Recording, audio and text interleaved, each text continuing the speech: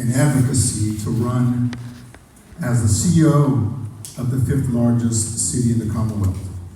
Wishful thinking and promises will not make our city great and better the lives of the residents and the taxpayers of this city. In this election, we must ask and select those that are credible, honest, over shenanigans. Have you ever heard Coca-Cola saying that it's better than Pepsi? Have you ever heard McDonald's saying that it's better than Burger King? The answer is no. They stand on their own credibility and their product. They stand on quality. They stand on their experience in the industry, and that's what I am here to do, to stand on. My stand on credibility and experience speaks for itself, and unlike some other candidates, my word is bond. And I thank you, and I look forward to your questions.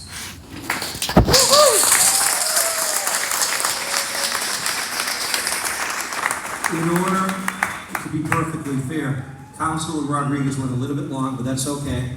We'll give everyone that extra minute. It was exactly 3 minutes. So we'll give everyone 3 minutes in the opening round. To be quite honest, I don't know how to set my clock, so it would ring, and I wasn't going to be rude and interrupt the gentleman as he was speaking. Okay, so that was the truth. So speaking second would be candidate Bilal.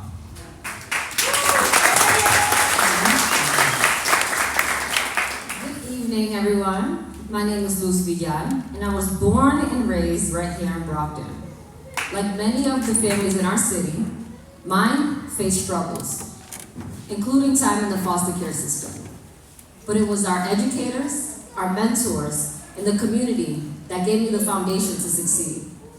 And that's why I'm here, because I owe so much to this city. And I believe every child and family deserves the same chance to thrive. It is my first time running for office, but it's not my first time in public service. I've worked at the municipal and federal level in government.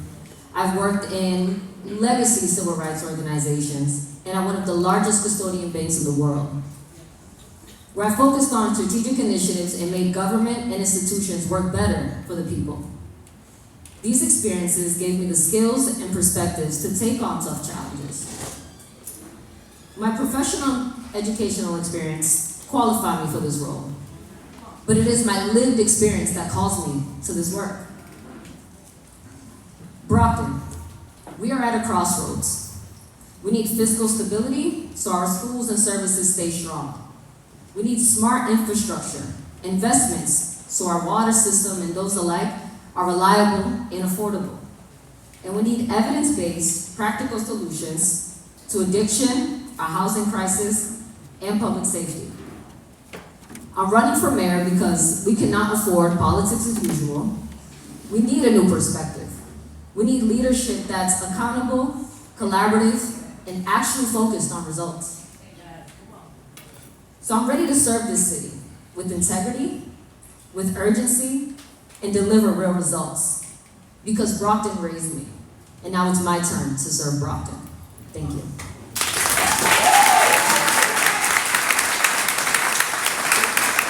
Thank you. Thank you, Ms. Bilal, candidate Bilal. And now we'd like to have Councilor Durancourt. Very good. Good evening. Let me just start like this. For me, this moment tonight, it's a particular moment for me because, let's face it, my presence on this stage is very unlikely. And obviously, it's not a story about me because I'm not here to represent myself.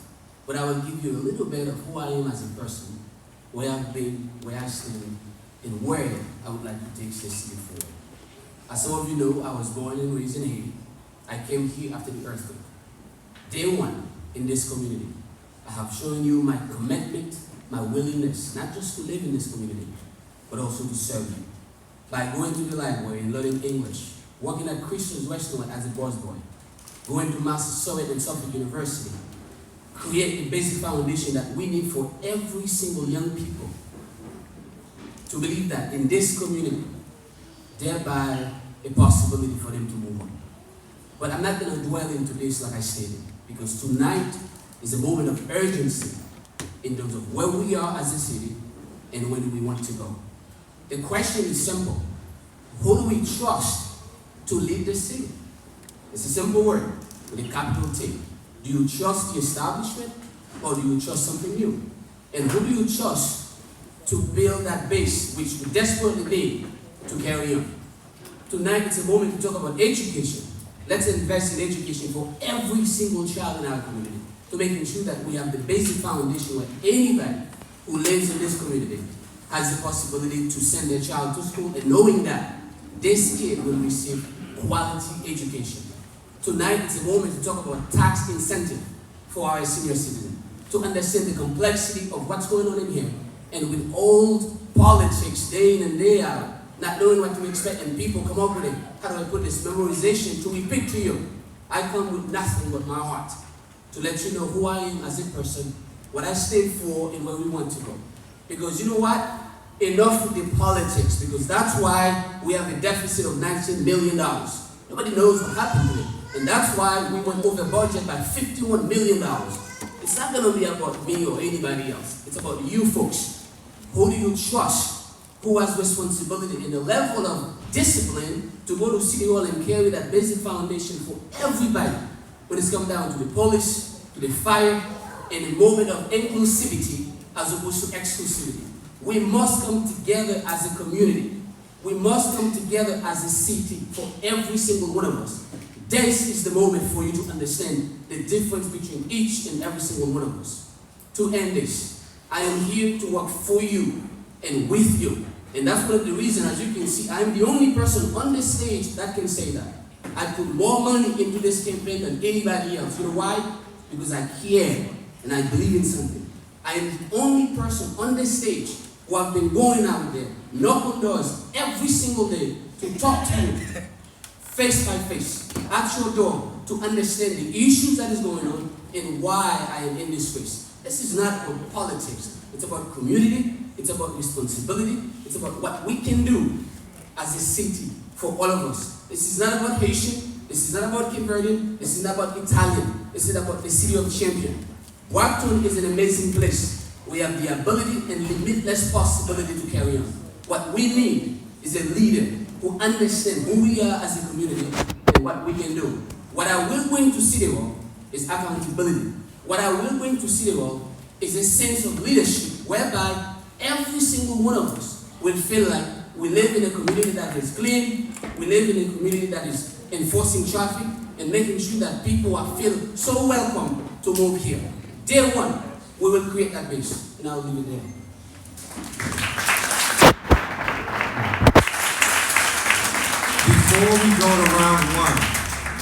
Before we go to round one, just to make things easier, I think, did you set it up? Yeah. Okay, we have now set up so you'll hear the sound. If the sound doesn't go, I'll just tap twice. That means you have 5 seconds or so.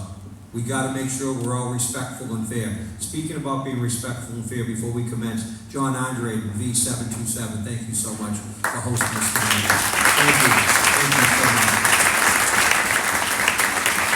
So again, in this round, each candidate gets 1 minute, and we have to adhere to that. I let them have a little flexibility in the opening remarks. That cannot continue.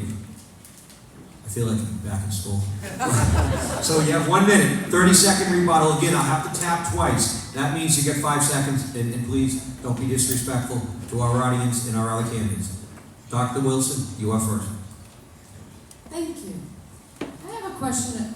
New growth strategy. I'll be reading the question, and then in the order Jim did we say Luz, Jim, Moses. So we'll be Jim Bradford, yes, candidate for mayor, yes.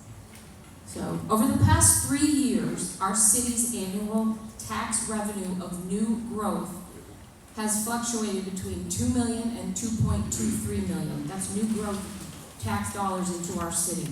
If elected, what specific strategies would you pursue to increase economic growth through new tax revenues? In your response, please speak to the various types of revenue available to us. That includes property taxes for homeowners, commercial and industrial development for business and others, excise taxes, and other opportunities tied to state or federal incentive programs?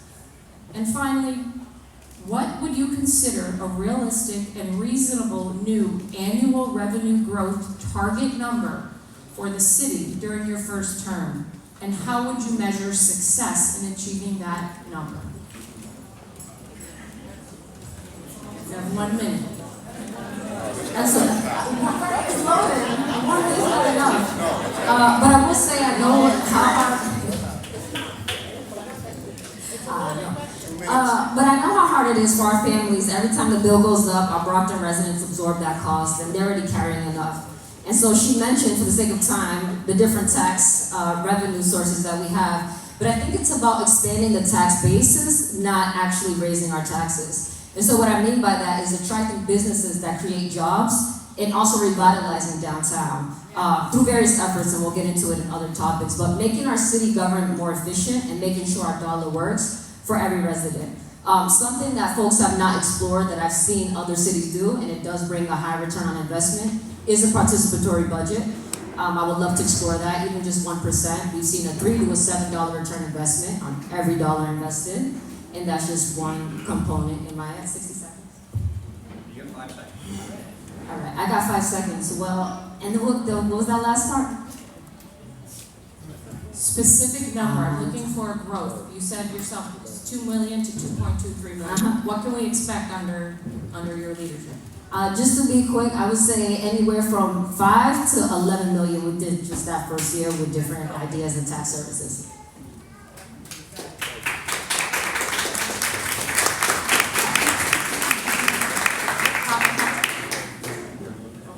We don't know how you would measure. Okay. All right. Candidate Jean Bradley. Excellent. Well, obviously, we did pretty good with this because this was a book.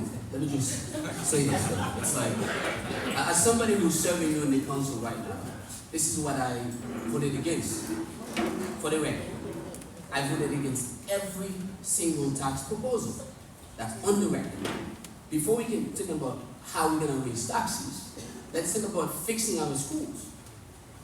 Let's create a system where people feel like, hey, I can move to Brockton and send my kid to school, and I'll buy a house, and we're going to talk about revenue. That's number one. Number two, law enforcement. How do we make the city safe? In every single community, when somebody is moving in, there are two things they take under consideration. Number one is school. Number two is safety. Now, if you have a great school system and you have a safe community, you don't have to worry about people moving in to pay taxes. And at the end of the day, what we have to do is continue on that base whereby people understand that the place is safe for them to move in, and they can trust the school system to send them to school. Then you will have the money you need to carry on. That's what you need, not charging people taxes. I will go against every single tax proposal. So that's new money coming in.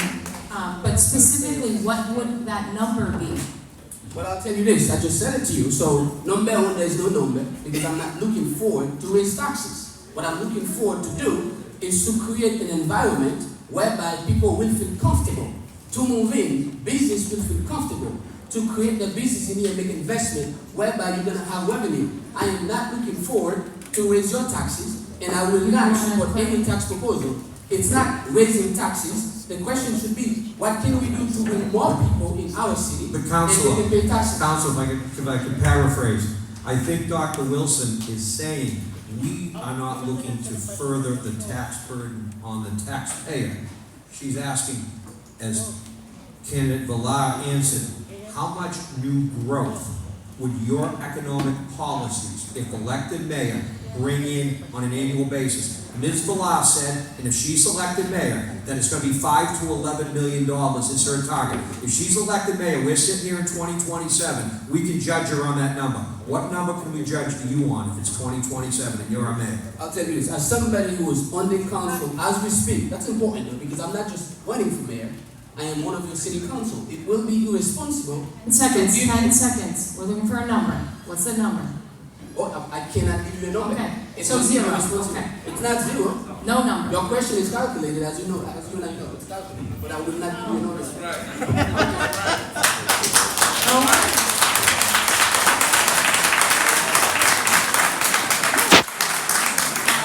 Councilor Rodriguez. Well, I was actually going to go there because raising revenue is not raising taxes. We can raise revenues without raising taxes. There's other ways we can do that. We've got 3 major properties in this city that can actually are primed for development. The fairgrounds is one of them. The CSX property is another one. We've got the Spark Street property is another one that could actually raise some serious revenue for the city, not without raising taxes. Our taxpayers, by the way, and when we say taxpayers, we're not talking about income taxpayers. We're talking about people that own properties and pay their water bills in the city are paying 70+% of the tax burden in this city versus 20-something by the commercial tax.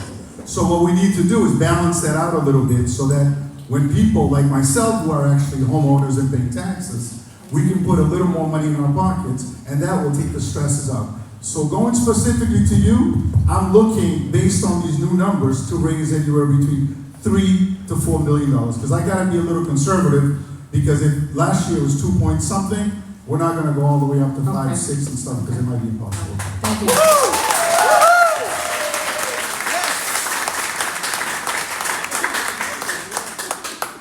I'm not sure if any of the candidates wanted to rebut anyone else in that time. Is there any one of the 3 who wants to speak? You have 30-second rebuttal, 30 seconds. I would love to, my opponent on the right stated that the fairground, well, I voted to increase the amount of, facilities that we would have there. I did. I made that motion to increase it. That was my vote, which you back up. And at the end of the day, and I said to you again, we will not raise taxes. And what's so unique is that, just so you know, I did not have access to any questions for the record. You did not specifically say that, how you gonna do it? Number 1, we need to make sure that we have a great school system that will encourage people to come in. Number 2, we need to make sure that our law enforcement can base that. I just want to acknowledge, because for me, taxes is something that people don't want. I knock on doors, I talk to people, they are not looking forward for anybody to raise their taxes. Let's showcase Brockton, let's sell Brockton, and invite more people to move in our city, whereby we're going to have more money to fund whatever we want to do. That's what I will do when I become the next mayor of Brockton. Thank you. Councilor Rodriguez, you want to rebut? Yes, I do. Just in honor of being fair, Councilor Durencourt spoke for 59 seconds. So I will give you the 10-second warning, so you're approaching 59 seconds, if you so wish that time. This is what I call a wish list in a sense. Everybody wants good roads, better schools, better this, better that. Guess what? This thing only functions with taxes. And if we are going to give raises to teachers, the firefighters, the police, we have to raise taxes, unfortunately. That's why we have to look into properties that we have in the city to grow our tax basis so we're able to pay for the services that we're asking for. It's all nice to say that we need to fix everything, but unfortunately we can't fix anything unless we have the funds to do that. And in order for us to have those funds, we have to generate those funds, and that's what we're going to keep on doing. Thank you all 3. Before we commence the second question, I will say after round 5 or question 5, we'll be taking a 4-minute break, just so in case anyone needs to use facilities, etc. I forgot to mention that earlier, okay? So after round 5. Second question, Isaiah Thelwell will present.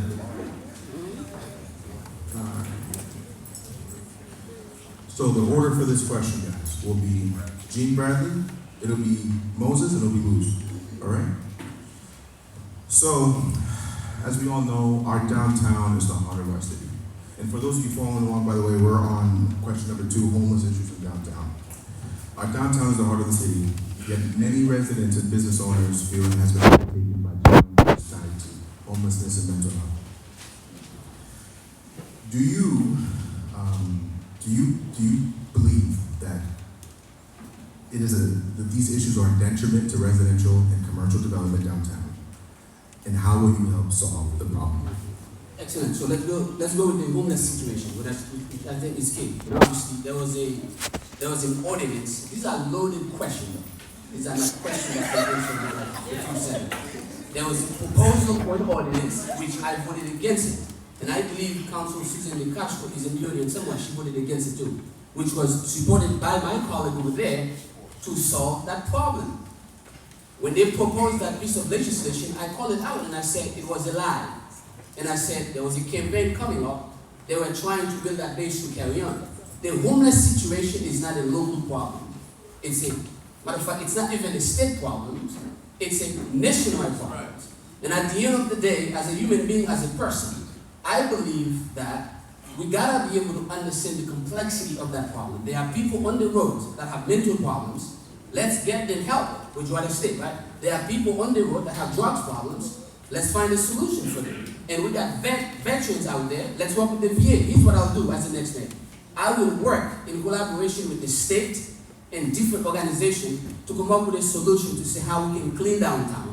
Thereby, everybody will have a sense of responsibility and dispatch these people wherever they want to go. That's what we'll do, as opposed to my colleague who voted on it, and then he knows it was a lie, and I'm going to see what he's going to say about it. Councilor, time is up. Next is Councilor Mosley. You better believe I voted for it, because doing nothing is not an answer. This is what we've been doing in this city. A lot of people that preach these nice things about doing nothing. You know what is unacceptable? What's unacceptable is other communities sending us 60% of the homeless people in this community into our city. What's unacceptable is our children having to walk in the middle of the road because their sidewalks are taken up. What's unacceptable is our children being harassed on a daily basis by homeless folks who are taking their lunch money in their lunch bags. What is unacceptable is a 5-year-old collecting syringes because he wants to go home and play doctor. What's unacceptable is businesses having people defecate in front of their steps or in their parking lot. You better believe I voted for something, because in order for us to do something, we needed something. And you know how many people have been arrested in the city because of the ordinance that supposedly was so criminalizing? 0. But at least there's something in the books that help us move this movie forward.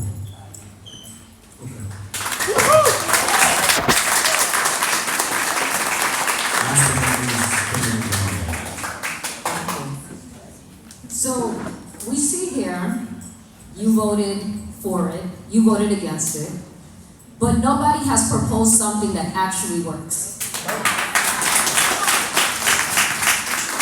We're talking about a demographic or a population of people that we're not talking to directly. You've mentioned you're the only one knocking on doors, but I would have to disagree. I've knocked on many doors. I've knocked on many doors, and I've even sat with our very homeless population of those experiencing homelessness, the ones that live in our parks or live under our bridges. And if I'm really being transparent, some of them are even my own friends and family members. I've taken my own time and resources to create my own census data because I could not find something that was accurate or readily available to the public. And I've learned something, and I've shared this with our clinical providers, and they're so shocked by the data that I've shown them that they've even committed to providing trauma response and behavioral health services for our people for free, which I've already started to do this time of pandemic.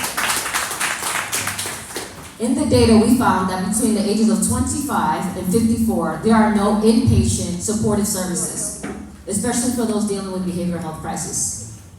Am I at time? Yes, you are. All right, my bad. But just so I understand, you're saying your solution would be more services, more inpatient services. It would be providing wraparound services. So I don't think it's a tent encampment or putting tents up or a temporary shelter. We need a system or a solution that doesn't ostracize the population. Yeah. Thank you, Councilman. Thank you very much. Now, just like the last round, any of you have a need for a rebuttal? You have a 30-second rebuttal. What about this? Yeah, absolutely. I mean, obviously, All right. you know, my opponent said that he voted in favor of it. But I said it. For what? Just to please you, which is nonsense. And at the end of the day, what he voted for was something that he knew certain business community was going to support. And you know what's so funny right now? Every single one of them find out it was a lie, they endorse me. That's what we're talking about, not being honest. And that's why I said the question is, who do you trust with a capital T to lead the city as opposed to make proposals that are baseless? That's what we are talking about tonight. Would you like rebuttal? Absolutely. Councilman Rodriguez. As far as doing something about it, we have a $2 million settlement sitting in the coffers here in the city that we got from the opioid settlement. We're going to put that to work. Well, we're going to provide some services to some folks in the community without touching the taxpayers. Councilor Dorencourt is kind of interesting to say that he should be trusted. This guy, in January he wasn't running, in February he wasn't running, in March he wasn't running, in April he wasn't running, sitting in my office at the Cape Verdean Association saying, I have no intentions of running. And therefore, at the end of May, all of a sudden he decides, I'm going to run for mayor as well too because I can be trusted. Thank you, Councilor. Really? Thank you very much.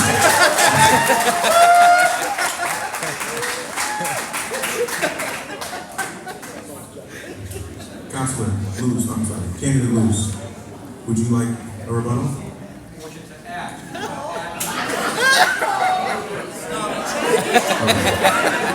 Say we're no part of it. Let's move on to the question regarding Brockton High School. 7 years ago, Mayor Carpenter, as he would do yearly, came to South Middle School and told my 8th graders that the next 4 or 5 years would be tough as the high school was being rebuilt. Well, that was 7 years ago. We have an aging facility, and for years we've discussed renovating it or rebuilding it. As our surrounding school choice communities have built new high schools, they've attracted our BPS students through school choice, and the plight of Brockton High School has become even more urgent. I want to ask you a couple of simple questions. What is your plan to renovate or rebuild? How will you pay for it? Meaning, how will we pay for it? And when will your plan commence? Going first in this case, I gotta make sure I'm fair. We're counting round 4, 3. It's Councilor Rodriguez. Does that mean I'm going to have the same time that we decided to come on stage and speak? We are as fair as we can be. I'm gonna do my This best. is one of my favorite subjects, by the way, because as a Brockton High School grad, and again, Brockton High School, in my opinion, is the best urban high school in the state. And it will continue to be. What I can tell you is this. The high school is over 50 years old, because I graduated from it in 1980, so you look how long ago that was. And I'm going to tell you something interesting, even before some of these two young people were born. But I'm going to tell you something. We all know what Chapter 70 money is. We all do, I hope. But has anybody ever heard of Chapter 74? Chapter 74 funds are funds that are special funds for vocational and technical schools. We send over 500 kids of our schools to charter schools and technical schools all over this region.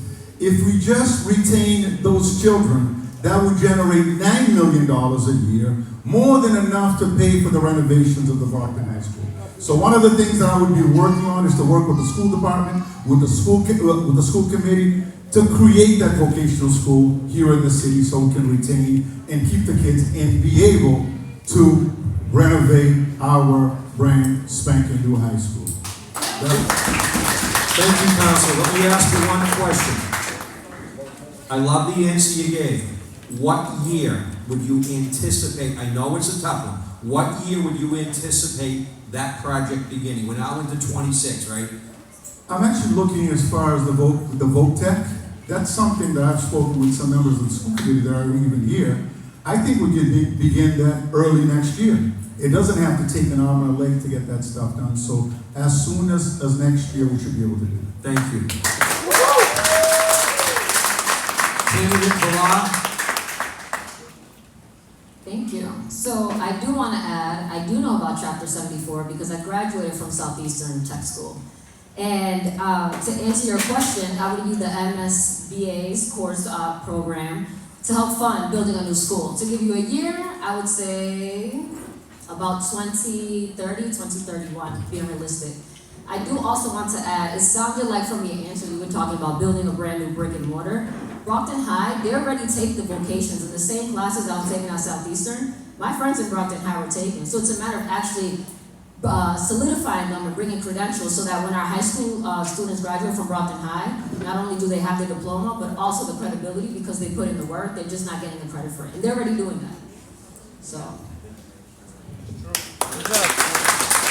Thank you, David Bilal. Actually, can I add one more thing? Yeah, because you have 10 seconds left. Wonderful. So I also wanted to add, due to Chapter 70, we talk about what resources and funds and what we would use.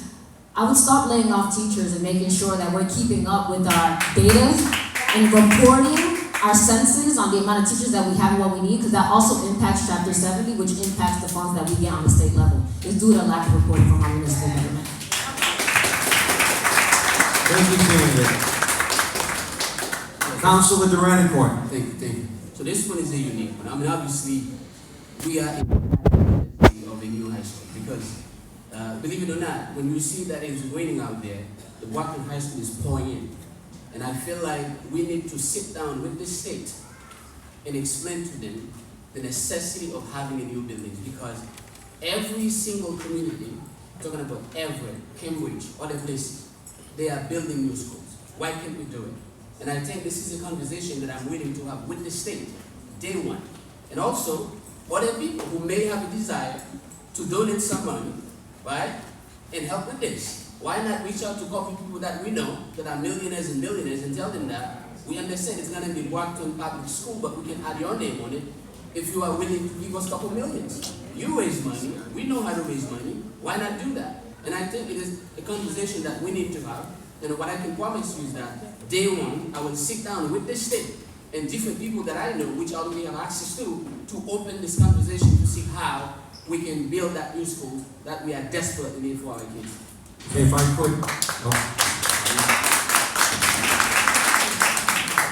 could ask you, what year would you anticipate the project beginning? In regard to building the new school, right, I believe day one, like I said, I will open this conversation with the state, with different organizations, with different people, to see where do we go from there. Because I feel like it would be somewhat premature to acknowledge a date without knowing where that money is coming from. So if day one, we have access to the money, let's build it. Thank you. Rebuttals. Who would like to rebut? Councilor Rodriguez. Well, thank you, Jim. I'd like to announce, I think for the folks that might not know, that the SBA actually has approved Brockton for rehabbing. And they were willing to pay us up to 80% of the total cost of the school, which means that we can only come up with 20%. The 20% is going to be around anywhere between $120 to $140 million. So we have to raise that somehow. That's why I think we got to come up and be smart about it. But the SBA, we've been looking at this for 15 years. And they finally approved the city of Brockton for its program. And that process is well underway. What I was saying about next year is to go into VOTEC for us to get the funds from VOTEC to help us with the expense. But the SBA at the high school is well underway in terms of the process.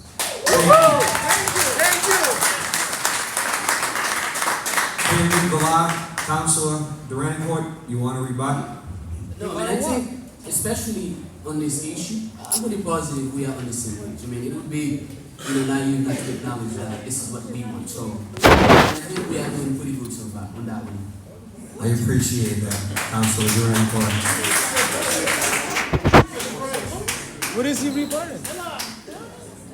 Question 4 is from Mr. Thelwa. All right, I'm back, everybody. So if you're following along on your table, this question is rents and housing production. Rents and housing production. So rents in Brockton have risen, yet the number of apartments and condos is not. How many new units of housing can we expect if you are elected as mayor? Do you believe in market rate, or do you wish to have new homes and apartments subsidized? All right, and the first, that's going to be candidate Bilal. Can you repeat that? I can read it. So, rents in Brockton have risen, yet the number of apartments and condos has not. How many new units of housing can we expect if you are elected as mayor? Do you believe in market rate, or do you wish to have the new homes subsidized? Candidate Bilal. gonna make me a counselor today. In terms of the number of units that we can expect, I don't want to give a false number, but if I had a magic wand, I would love to see somewhere in the few hundreds, just given the demographic and what's in need right now. And then to the second part of that is, I'm sorry, what was the second part? Market rate or subsidized housing? Yeah, so subsidized housing for sure, just given the median household income here is $78,000. So even by conventional lending standards, it's not affordable if we were to just stick with the market rate.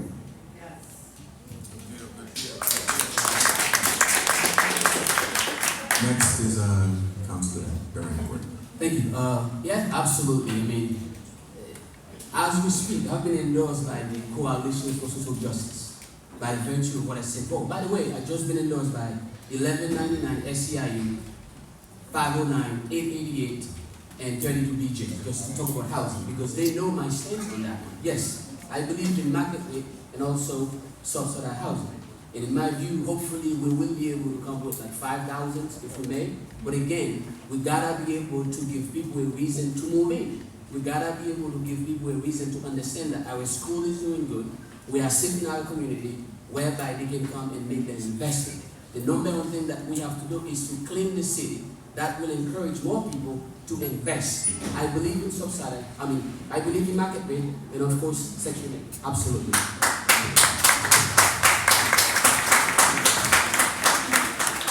Councilor Rodriguez. Thank you, sir. I gotta be honest about this. The city of Brockton, the government of Brockton is not in the business of building homes. That's not our function. Our function is to bring investors, bring developers, to come into the community to build homes and develop homes. Now, we can be advocates to make sure that those homes are affordable and our people can afford it. But we cannot sit here and promise that we want I'm gonna build X number of houses, X number of housing units, because that's really not up to us. You know, our job in city government is to promote the city, work on quality of life so our people feel safe and investors feel safe in coming in, but we have to let the public sector come in and invest. I'm a believer in a balanced form of housing, where you have some market rate and you have some affordable housing. But at the same time, you want to make sure your community has the capital to spend for folks that are coming in to be able to come into those houses. Thank you, Councilor.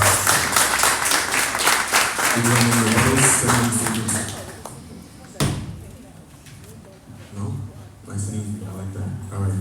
I'll pass it over to. And our next candidate, our next question is something that's near and dear to my heart. For instance, I have a Hall of Fame that'll be in its 5th year this year at South Middle School. This year I'm inducting someone like Sean Joyce, a Brockton High graduate who was Deputy Director of the FBI. There's only been 16 Deputy Directors in American history. Sean is one of them. I'll be inducting to South Hall of Fame Keith Davidson, who's a Beverly Hills attorney, who was an attorney against Hulk Hogan in 4 Stormy Daniels in the first Trump case. He's a Brockton kid. We just do a bad job of promoting our greatness.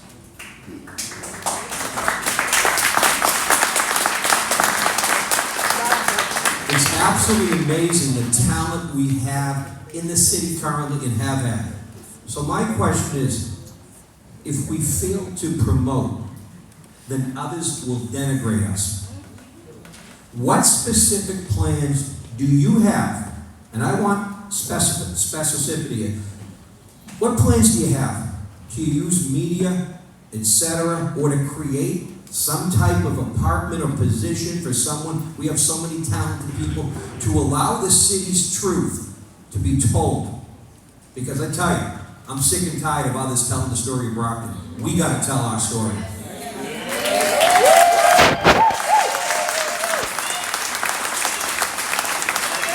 With that said, it is time for Councilor Durancourt. You're first. Excellent. Well, earlier I stated that the city of Brockton has limitless possibility in terms of what we have to offer, whereby DW Field Park, right? Why not showcase that? Downtown Brockton. Why not showcase that? Brockton High School, Rocky Marciano, modeling happen. I think what we need to do is to empower our young people with technology whereby they can sell the city of Brockton. I don't want to be just the mayor. I would like to be the voice of Brockton. I would like to be a representative of Brockton. I would like to be the face that people can see and saying that, well, this is Brockton, not that. I would like to be the positivity of what we hope and what we can expect. Because at the end of the day, it is up to each and every single one of us to go out there and become a salesman or saleswoman to sell Brockton. That's what I will do. I will use every ability that I have, every access that I have to go out there and sell Brockton to the best of my ability. That's what I will do. Just so I can follow up, Counselor. Mayor Carpenter had a weekly show, Shoe City Scoop. It was placed on YouTube and it was seen by thousands. It helped Brockton. Mayor Eunice had bumper stickers, City of Champions. We saw them all over the state. Everywhere you went, you saw a Brockton City of Champions bumper sticker.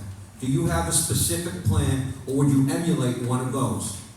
Well, I mean, especially with my slogan, I said, let's move Brockton forward together. Because it's going to take all of us to sell the city.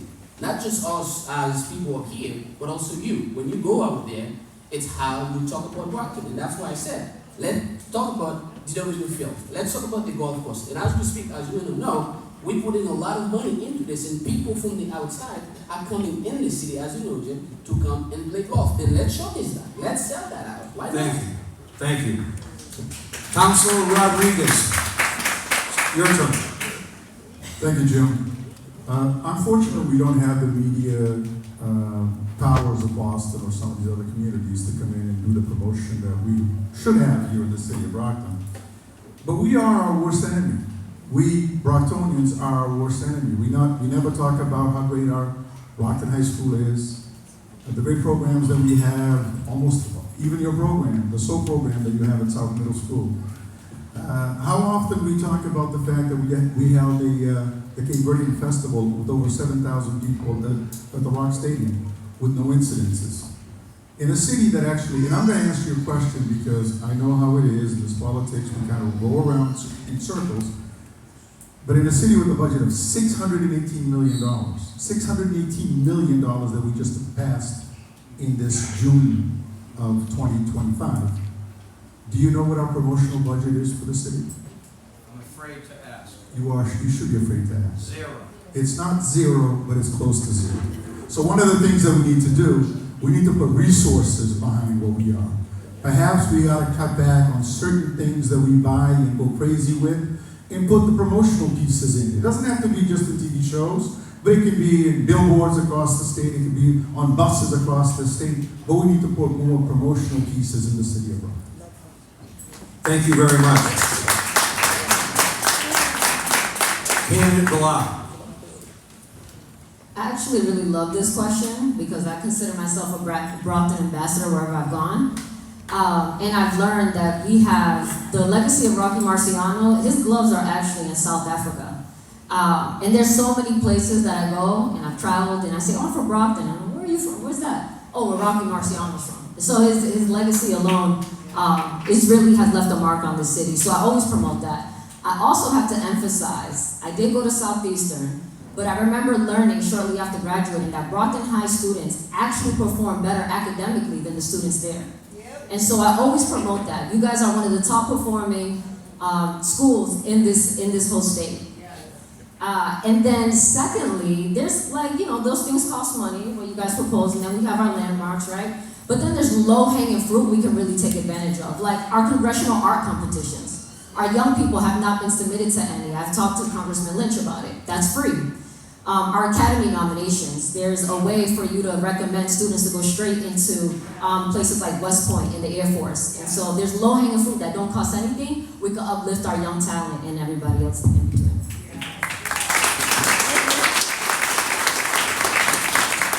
I must admit, I love what I'm hearing.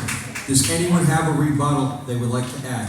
Well, it's not a rebuttal. I would like to fix the record. Obviously, my colleague stated that we voted a 6 million. Well, that's incorrect. It was $555 million.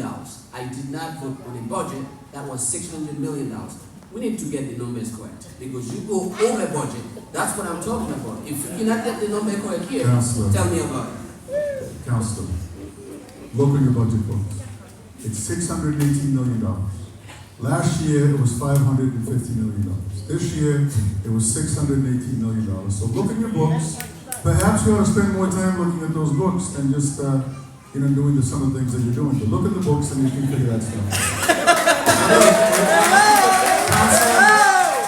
Councilor Davenport, on your rebuttal, you only took 20 seconds. So I'll give you 10 seconds more. Councilor Rodriguez, afterwards, you have 9 seconds if you want to rebut. So we get 10 and 9. Let's just put it though, it's public domain, it's public knowledge.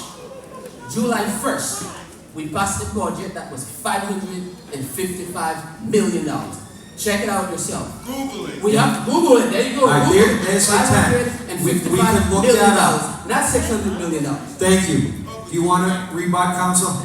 I stand by my statement because I looked at the book, and since I was actually the council president a couple years ago, I know that budget was $550 million, and then this is $618 million.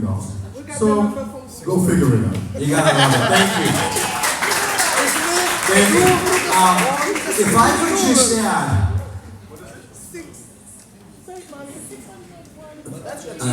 if I could just ask a quick question, and then we're going to take a 4-minute break so they can stretch the legs, have a drink of water, because it's tough to be up there. But I'm just going to ask a real quick question. I want a yes or no on this. I don't know if this person's available. I don't know the situation. We have an Emmy Award-winning producer who lives in the city, who went to the city's high school. I am not going to mention his name. I am not going to mention his name because I don't have permission to mention his name right now, and I would not do that. Would you hire? Would you find a way to hire? Because right now, our Brocktonian works in another city directing their program. Would you hire, would you find the money, whether the budget's $550, $618, whatever, would you find the money to hire that person, yes or no? Yes. Thank you. 4-minute break if you need it. Wow, this was very intense. Let me know, who do you think won this debate? And don't forget to share and subscribe to the channel, please. Let me know in the comment, who do you think is the best candidate and who wants this debate so far. Don't go nowhere, we're just getting started. Yes, okay, we're back, everyone. All right, Counselor, candidate, we're gonna do that. Candidate Rodriguez is first, candidate Villar, and then candidate Duranacor will complete the answer. This question concerning a great accomplishment. And we're going to talk about accomplishments concerning affordability in our city. One of the biggest concerns for Brockton families is affordability. Homeowners, business owners, and renters are feeling the pressure of rising costs, whether taxes, city services, infrastructure, or water. And we understand that our fiscal leadership is critical to ensuring Brockton remains affordable while being able to invest in our future. So with that, please share your plan to manage Brockton's water system so that both residents and businesses are not crushed by rising rates. Again, that's Rodriguez, Villar, Duranacor. Begin time. You know, that's one of my favorite subjects, water. Recently, I don't know if you know that I took a 24-hour vacation to Florida. And actually, I got there around 9 o'clock. I left here around 8 o'clock in the morning, got there around 2 o'clock. I had a meeting with some folks down at the aquarium office down there. And the meeting ended at 7 o'clock. So at 7 o'clock, I had something to eat, and then I went to the beach so that I could enjoy the beach in southern Florida. And then got on the plane the next day, came back to Brockton. By the way, all paid for by this guy. Anyways, I went there to talk to some folks about the aquarium plant because since 2008, We have paid a grand total of $103 million to Aquarium without a dime, a single thing to show. 10 seconds. Your plan. That was it? What kind of clock are you guys running? Because that seemed to be a little too quick. But the point is, we would spend a ton of money using nothing for $103 million. There's a proposal out there that will be coming to the mayor hopefully soon to basically have us purchase that plant so that we can save a grand total of at least $3 million. Because right now we're paying them $9 million without a single drop of water. We still have another $27 million to go. So hopefully we have to look at it, take the politics out of it, because in 2008 we will run out of water. We will run out of the opportunity. The wells in this area are failing everywhere. We have a problem with that. All right. Millard, your plan, and we have 1 minute and 50 seconds. Oh, I think it's going to be way more than that based on what my colleague was saying. It's there. For the record. Hold on, is it speaking order? Is it Counselor, myself, the Counselor, or is it him? It's you. Your answer. I'll reset. Let's see if I remember the question. In short, I don't think we can just absorb the cost and sign off to another contract with Aquaria. We need to look at the other options and continue to explore that. I know that's something they're doing right now. I've met with other candidates and elected officials that are looking at, I won't name drop, but there's other water plants that we could partner with and think about the neighboring towns and cities that also benefit off of us, and how do we incentivize that so that we're able to benefit from it as well. Okay, I'm good. I'll leave it right there. Counselor? Excellent. I mean, it's pretty simple. We will not buy Aquarium. The city is not in a financial state right now to purchase that plant for $58 million.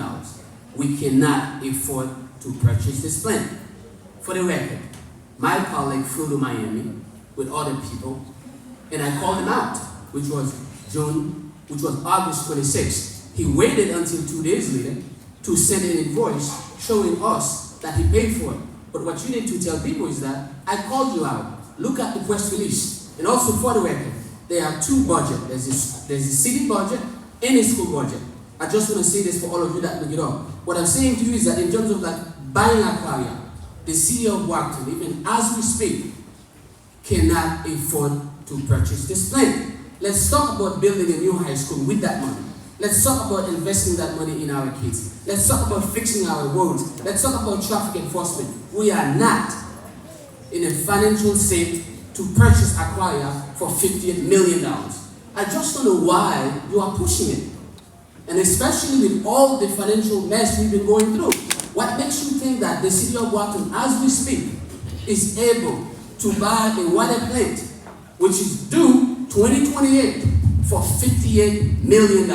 I think it is irresponsible, and we need to make sure that it doesn't happen. Because if I do become mayor, we will not, take my word for it, buy that plant. Okay. Response? See, the council has a problem with numbers. The council has a problem with numbers. First of all, there's no $58 million purchase price anywhere. There isn't. We went down there to get the facts on the plan to find out when the contract started, when it will expire, how much we pay them, and that's what we found out. And by the way, if we bought the plant, it wouldn't cost the taxpayers a dime. You know why? Because we pay Aquarium $9 million a year for zero water. That amount of money alone should pay the note, plus the operation of the plant, plus saving us about $3 million a year. So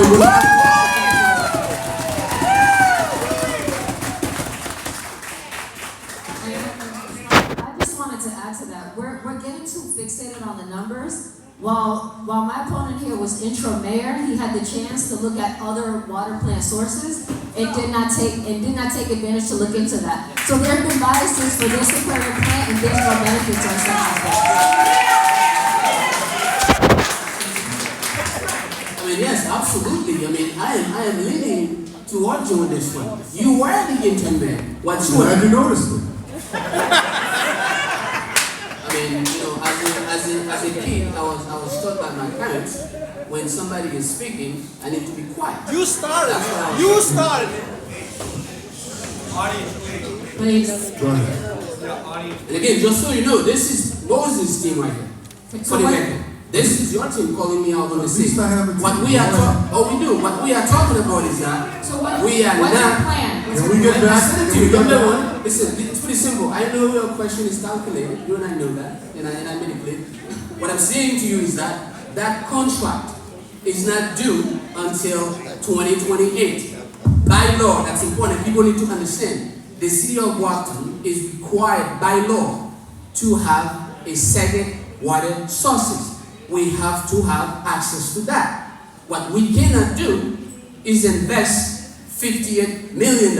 It is true. As you were leaving City Hall, you left the letter for Sullivan to buy that plant. He rejected it.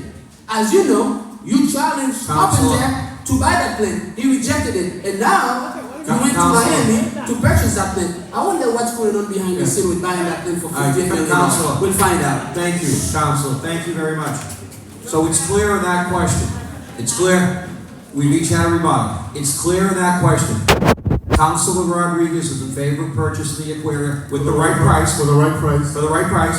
It's Counselor not $58 Rodriguez, million. Counselor Durancourt is not in favor of aquaria being purchased. Absolutely not. Thank you. Thank you. It's important that we have the position. And Ms. Villat, you made yours also clear. So thank you. I just wanted to make sure that, you know, it's great to have that love up on stage. I mean, it's really good that we get the enthusiasm. I just want to go to the next question. And if the audience, again, please, you guys have been great so far. We just have a little bit of time left. And just keep it as Brockton great as we can.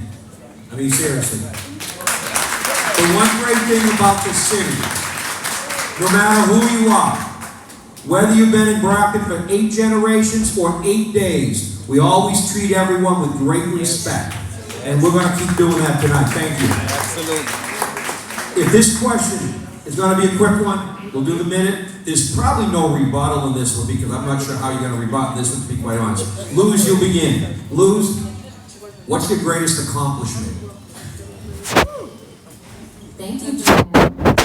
I would say one accomplishment I'm actually most proud of is the National Urban Expungement Program that created. So I work for the National Urban League civil rights organization at their headquarters in New York. I was given just an idea to create a record relief program, and within 8 months I was able to raise over $3 million to cover all clients' fines, fees, restitution, child support, court fees, due processing fees, pro bono attorneys to process it, and clear records for 1,500 people, completely expunged and sealed records. And then with Trent, I piloted in the state of Ohio, working with a Republican governor and a Democratic mayor to open up work opportunities for 6 million people. Well stated. I'm glad I learned that. I had no idea prior. Wow, that was impressive. Councilor Durancourt. Excellent. Well, for this year, obviously, for this year, my greatest accomplishment is saving the library $500,000. Because without that money, they would have closed the West Winch, the East Winch, and the Main Winch. I did. I challenged the mayor to put that money back in the budget. When my colleague supported it, and thank you for that. For me, I think it's a positive thing. And number 2, in 2014, if you may recall that, Raise Up Massachusetts in collaboration with the Coalition for Social Justice, I was part of that team that passed question 4. You may wonder, what is that? It's earn sick time for every single Massachusetts employee. I was part of that. Because at one point, you can have a job and not having access to sick time. As we speak, if you have a job and you can call sick and don't get fired, I was part of that team that made it happen in 2014. That's a positive thing. And my third one is become a U.S. citizen. By virtue of being able to move in this country, become a citizen, and here I am, trying to do something positive for our community. And the fourth one, I'm a resident of Brockton. Thank you very much, Council and Councilor Rodriguez. I thought it was just one. Was it one? Was it more than one? All right, so personally, I think my greatest accomplishment is marrying my wife 39 years ago. I had one beautiful kid. That's something that no one can take away. No matter how you look at it, no matter what you do with the numbers, my friend, because those will not change. As far as an accomplishment for the city, I think I was fortunate enough to step in right after Mayor Carpenter died and took this city and led it for 6 to 7 months and you can read about it, what some of the things that I was able to accomplish, including settling a $45 million lawsuit for 10% of that total amount. So that is the biggest accomplishment. Thank you all three. Again, I'm not sure we're going to allow rebuttal now when Councilor Rodriguez. Thank you very much. Isaiah Thelwell. All right, so should be question number 7. This one's quite important to us here with the Greater Brockton Professionals. It's about selling Brockton. So, imagine I'm a potential developer or a homeowner, which we have a lot of homeowners here, people coming from outside of the state, outside of cities, coming to Brockton. Sell me on why Brockton is a great investment. We're gonna start this with Councilor Jernico. Put it easy. Hey, listen, man. I'm here to sell our city. Number one, we are half an hour from Boston. We got 3 train stops. DPW is somewhere that you can go with your family and have some fun. And the people that live here, as you know, is very diverse. From people from Africa to Haiti and elsewhere. What I can tell you is this: if you take the time to make that investment, I promise you, you will never regret it. Because we, as the City of Champion, not only has the diversity that you need, but the music, the food, the culture, and everything that you need. I just want people to understand that they want me to answer this question as a salesman. I'm selling Brockton to somebody right now. So if you come to my city, we will not only open the door for you, but we will show you how to dance, how to taste best food, and how to do some of the stuff that you never did. Thank you, Jernico. Thank you. Councilor Rodriguez, you're next. Thank you, Isaac. I'll tell you one thing. I am from Brockton. And if you see on my campaign sign, it says, I am for Brockton always. Not in good times, not just in good times, not just in bad times, but always for Brockton. Brockton is a city of diversity. We're the only majority black city in New England. And that's something that we can sell as a city. We've got the best school system in the state. We've got the best police and fire department in the state. We've got the best restaurants that you can think of. Multiple restaurants of the different ethnic groups. This city has the best workforce in the state. And it's not me saying that. A lot of people have said that. So if you look at it, this is a city to be in. This is a city to come and run your business. This is a city to bring your families in so you can live with the rest of us. Again, I've been here for 47 years. I know no other city in this country. Brockton is a city that we all love and look forward to continue to help progress. Thank you, Councilor.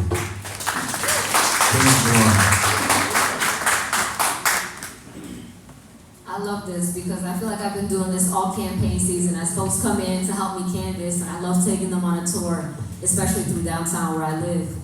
So I'm half Puerto Rican, and part of our culture and tradition is we love boxing.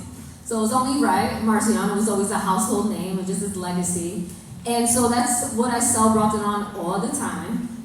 Once upon a time, even during Marciano's prime time, presidents made it their business to come to our city just to drive through our town and spend their dollars here, okay? And so I would love to bring that back. But also, we have some historical landmarks.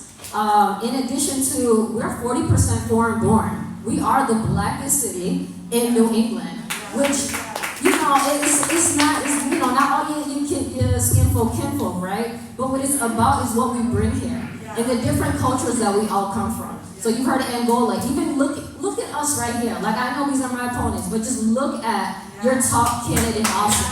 You represent our city. Thank you so much.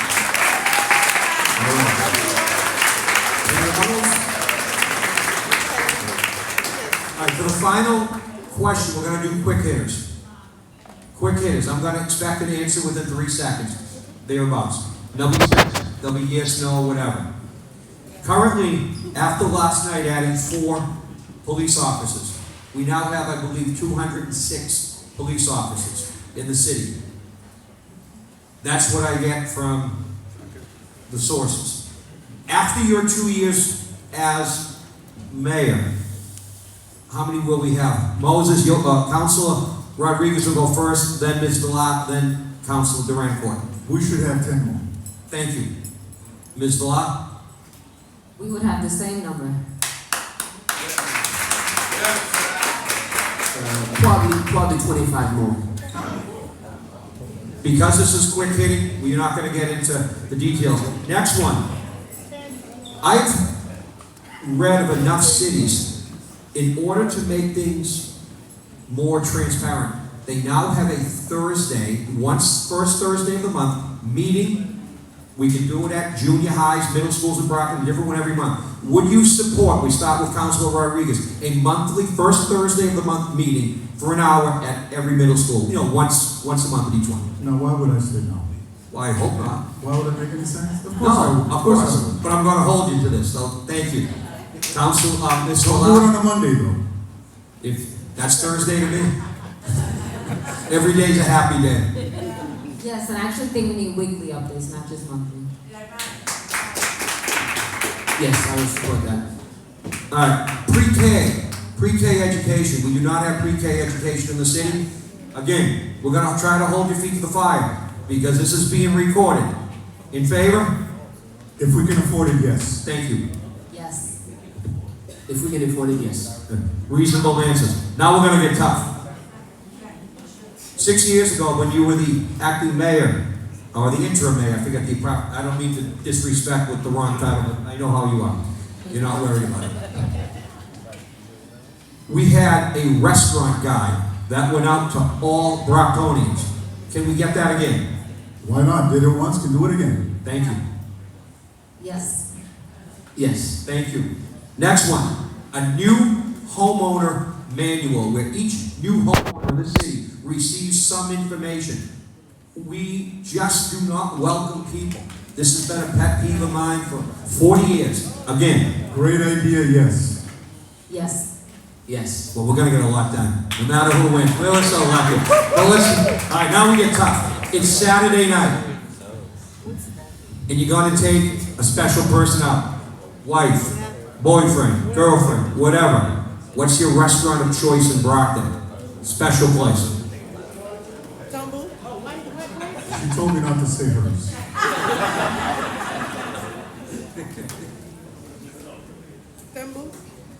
Yeah, this is where it gets tough, huh? Oh, there's a ton of them. You're You way gotta pick one, sir. You're only going out that one Saturday night, Council.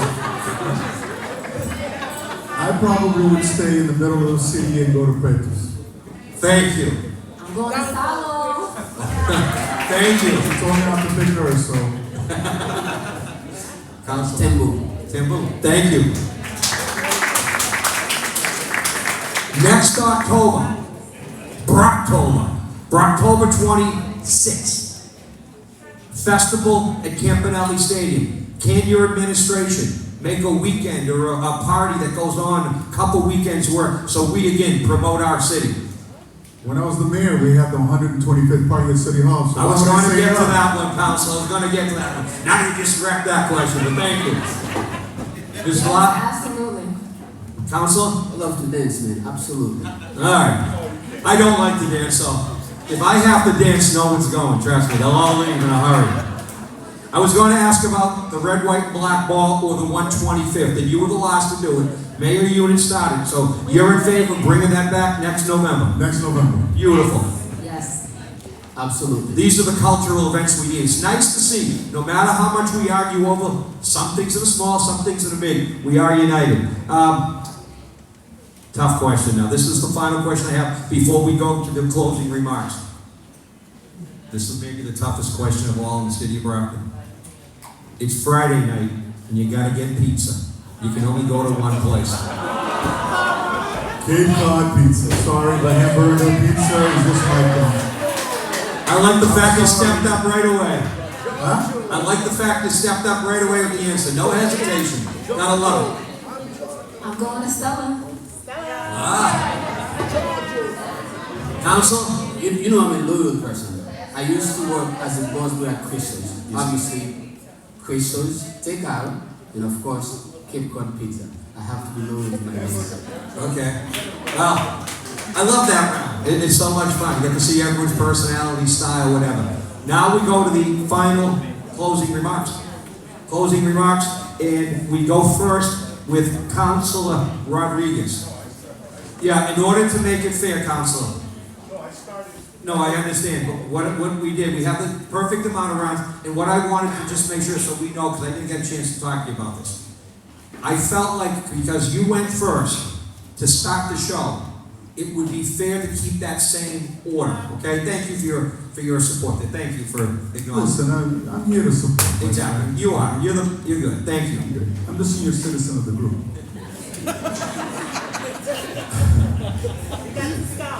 2 minutes, please.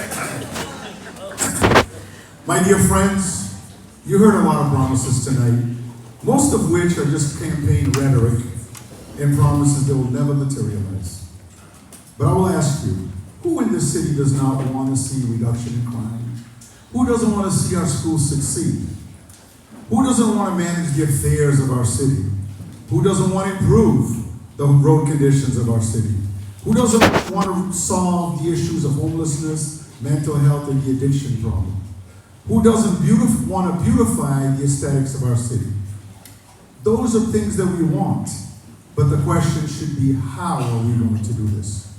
Tell me, you have done these things in your past? And the answer is clear. As one of my professors said a long, long time ago, you hear a lot of gobbledygook in places like this. Brockton is a Plan B city, where the councilors have a lot of power and ability. One needs to tread the fine needle to balance between governing and fostering relationship. Being the mayor of this great city is being able to work with your fellow councilors. We can't treat the city like it's a dictatorship. One needs to have the right temperament, the discipline to do it. There are things that a mayor can do on his own, but the vast majority of things in the city require collaboration and cooperation between the city council, the school committee, and the various unions that work very hard for us every day here in the city. I don't want to leave without saying that I have been endorsed by the local 1162 unions, labor union here in the city. That spirit of collaboration is what I will bring to the job beginning as your next mayor. Yes, I said job. It's a job that requires one to apply for it. I'm applying for this job in front of all you here to be your next mayor. I have a resume, and you can check the resume of my accomplishments. Not promises that will not be filled. I believe in our city. I believe in you, our residents, and the taxpayers. I ask you to join our campaign, our movement, in our efforts to change the landscape of this great city. Together, we will make Brockton a city that we will always, always be proud of. Some of us have and will continue to be for Brockton, always, no matter what. Thank you. May God bless you all. May God keep you all. And may God continue to bless the city of Brockton.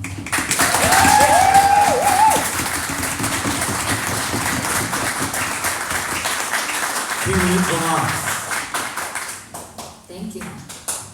So in closing, Brockton has faced serious issues. We're talking underfunded schools, rising homelessness, addiction, unsafe streets, and a city budget stretched thin to its limits. These problems have persisted under the same leadership for years. Both of my opponents here have had the chance to bring results to Brockton, but they haven't. I'm not a career politician. I'm a Brockton native who's worked in government, the private sector, with families in crisis. I've sat in prisons with our families and in the same living rooms of their families. I understand this not just through a textbook or through a resume or because somebody endorsed me and I've sat and had conversations, but I've lived this.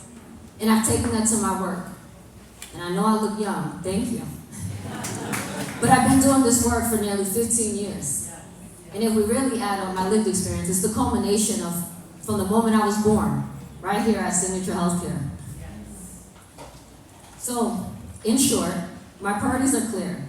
Stabilize our schools, expand affordable housing, strengthen public safety with behavioral health and crisis response, revitalize downtown, modernize city operations so that every dollar works for our residents and not just the elected officials themselves. Brockton shaped me, and now it's time to serve with accountability, collaboration, and as I said, real results. This is a city with incredible potential, and together we can build a Brockton where every child, every family, and every community has the opportunity to thrive. Vote Luz Villar, September 16th. Thank you.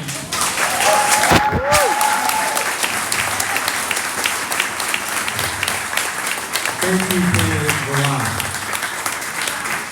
After Councilor Durancourt speaks his final remarks, I know we'll have a final word from Isaiah. So, Councilor Durancourt, it's your floor. Thank you. Well, I would like to begin by saying thank you to you guys for taking the time to put this together. And of course, to my, opponents on the stage. And of course, to you folks for taking the time to do this. Let's face it, like I said earlier, this is a moment that we need to not only think of, but reflect deeply. This is not a moment for politics. This is a moment to fix the mess that has been going on. This is not a moment for exclusivity. This is a moment for inclusivity. The question is simple.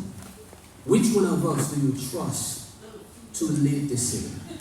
Which one of us do you believe has the ability and the responsibility to carry on? But I'll tell you why I believe. Today, I received the endorsement of 1199 SEIU because they know who I am and they know what I stand for. I received the endorsement of 509, the endorsement of 888, the endorsement of the Coalition for Social Justice, and of course, the Norfolk County Correction Officers, because they know when I say something, I mean it.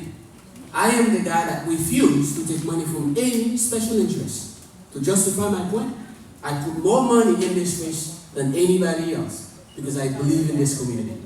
I want to be the mayor that represents everyone. I want to be the mayor that represents every corner of the city, no matter who you are, where you're from, and what you stand for. Because at the end of the day, the definition of insanity is repeat the same thing over and over again and expect something different. With this school deficit, we understand who created it. With the over budget for $51 million, we also know. If there is one thing that I do and always do, when I give you my word, I stand by it. Tonight, my presence on this stage for some people is impossible, improbable, because obviously nobody thought that I could be here. But because of you, because of the people in this community who opened the door for me when I first came here, that's the reason why I am here. I am grateful for every single one of you. And if I'm lucky enough to become the next mayor of Brockton, on day one, I will do whatever I can to bring accountability to our budget, to making sure that we have a CFO not only to work at City Hall, but balance the budget, to enforce traffic, to create an environment where our senior citizens can what they call tax incentive. On September 16th, I am asking you for your vote. My name is the longest name on the ballot, and I'm the first name on the ballot. Even if you don't remember anything tonight, remember that.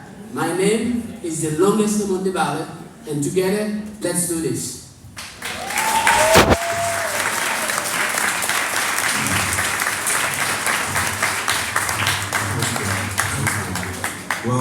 guys, this concludes our very first mayoral debate. You guys had a good time tonight? Yeah.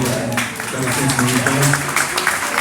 So personally, I just want to say thank you to each and every one of you. Thank you, Councilor Durancourt. Thank you, Mayor Candidate Ballard. Thank you, Councilor Rodriguez. Thank you guys for coming here and being with those people. This is awesome.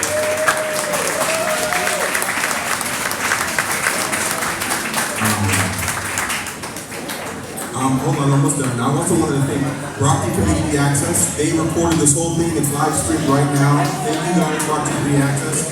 Thank you, Venue 727, John Andrade. Thank you for great events here. Also, thank you to DJ Alex, who did our sound for the night. You sound pretty clear. You do. Thank you very much. Thank you, the audience. Also, thank you, Jen Stapleton, Dr. Eliza Wilson. Thank you, guys. And one last thing I want to say, this is the Greater Brockton Professionals. Thank you guys for coming out tonight. There's another free forum tomorrow night. Thank you guys. Have a good night.